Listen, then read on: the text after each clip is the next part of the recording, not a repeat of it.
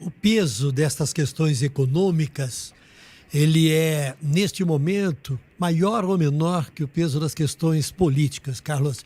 Porque a gente tem as informações de que a inflação subiu, o Trump voltou atrás em algumas das tarifas, renegocia uma série de coisas com que ele tratou com dureza lá atrás, e agora ele dá uma maciada, dá uma aliviada, né? Mas a opinião pública, o americano está sofrendo com a subida de vários preços, vários produtos, né? Preços foram reajustados e vários produtos ficaram mais caros. Qual que é o peso nesse cenário onde você citou uma série de variáveis que trazem para ele dor de cabeça, né? Qual que é o peso da economia?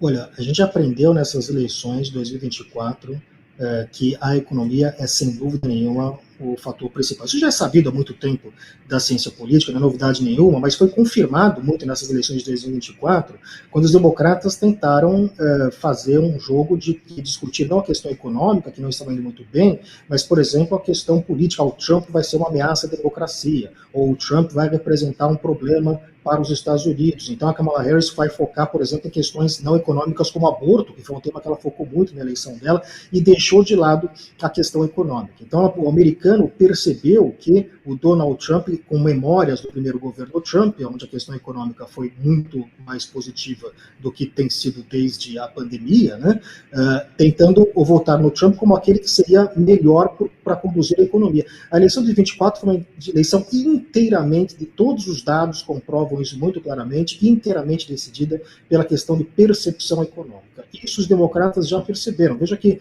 candidatos, mesmo o Zoran Mandami, né, que é o socialista que ganhou em Nova York, você não vê ele falando, por exemplo, de pautas como aborto, como casamento gay, essas pautas identitárias. A pauta dele é uma pauta material, é uma pauta de aluguel, transporte, de questões clássicas, né, que são questões econômicas, né, e foi eleito em Nova York, né, com esse discurso, um discurso bastante radical do ponto de vista econômico para a realidade norte-americana. Então, a lição que nós tivemos, Tramontina, e a resposta para a sua pergunta é muito clara, é que a economia, e foi esse o meu ponto da resposta anterior, é a economia que determina todas as outras coisas. O Donald Trump ele pode fazer o que ele quiser, ele pode ressuscitar o Epstein e ir para a ilha do Epstein de novo, se a economia dos Estados Unidos for bem. Isso me parece que é um ponto que ficou muito claro a partir de 2024. Se a economia for mal, todos esses pecadilhos, todos esses pequenos problemas, eles vão ser multiplicados. Né? Isso vai ganhar uma lente de aumento. Se a economia for bem, isso é deixado de lado. Você citou a eleição do novo prefeito de Nova York, né? Que vai tomar posse no começo do ano que vem, é isso, né? Uhum. Isso, Isso. isso. Trump tem peitado e tem falado muito mal e criticado e agido contra governadores e políticos democratas, espalhados por todos os Estados Unidos. Qual vai ser o papel deste novo prefeito assumidamente socialista em Nova York? Ele vai ser uma pedra do sapato do Trump? Ou não? Ele pode ser, Tramontina, uma pedra no sapato do Trump ou pode ser uma pedra no sapato dos democratas. Né? Tudo vai depender de qual vai ser o desempenho dele à frente da prefeitura de Nova York. Ele tem propostas bastante ousadas, ele tem propostas que, enfim, algumas delas que já são conhecidas e que não funcionaram em outros lugares, como congelamento de aluguel, são coisas que já foram comprovadamente, são complexas de serem conseguidas. Né? Você, por exemplo, aumentar a taxação muito alta para aqueles que são mais ricos, que tende a afastar essas pessoas da cidade. Isso aconteceu em uma série de outras situações. Né? A França, por exemplo, tentou um imposto contra os ricos e voltou atrás, depois que percebeu que passou a arrecadar menos, né? Porque muita gente acabou saindo da França. Então tem uma questão, minha área não é exatamente a área econômica, os economistas vão poder saber dizer melhor do que eu, mas tem algumas propostas do Mandame que são propostas bastante complexas de serem realizadas. É possível que numa economia do tamanho da cidade de Nova York, num país como os Estados Unidos, que algumas dessas coisas funcionem? É possível. Né? Ele vai enfrentar aí muitos interesses, vai ter muitos problemas, ele é muito jovem, ele é muito inexperiente, então, portanto, suscetível a ter bastante erro. E se não for muito bem, ele é o candidato dos sonhos do Donald Trump, porque o Donald Trump ele gosta de pintar os democratas como radicais de esquerda. Né? O Mandame ele é muito próximo no radical de esquerda. é um radical, no sentido que ele é um socialista, e diz um socialista, e isso no contexto político norte-americano é radical. Né?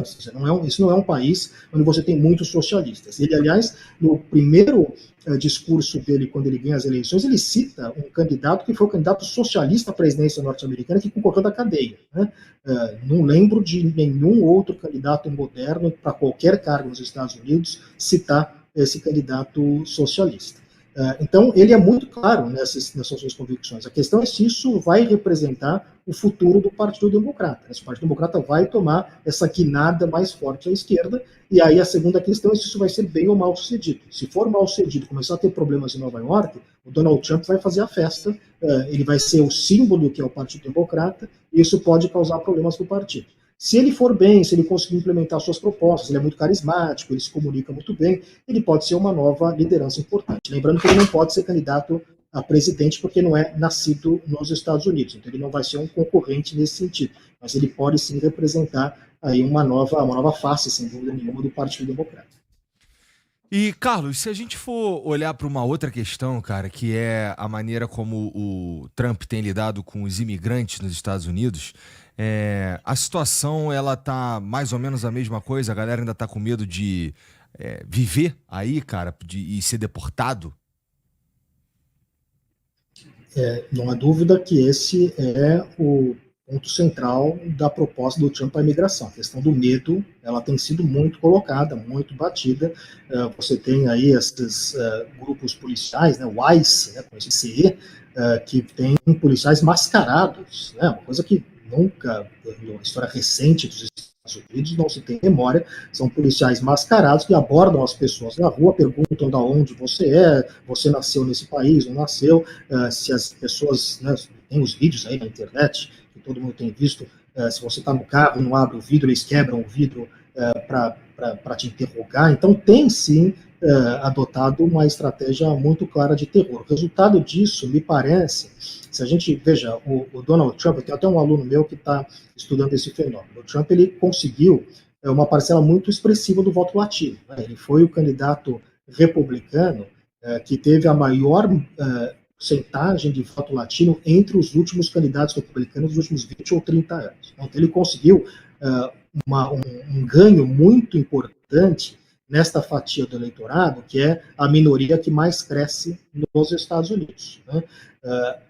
Os últimos dados que nós temos é que parece que isso tudo já foi perdido.